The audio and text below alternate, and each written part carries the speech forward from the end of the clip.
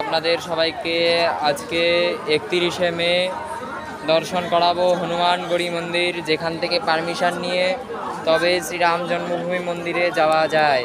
জয় শ্রী রাধে, নিতাই গৌর হরি বল। আজকে শনিবারের দিন, দেখুন হনুমানগড়ি অযোধ্যা ধামে কীরকম ভিড়।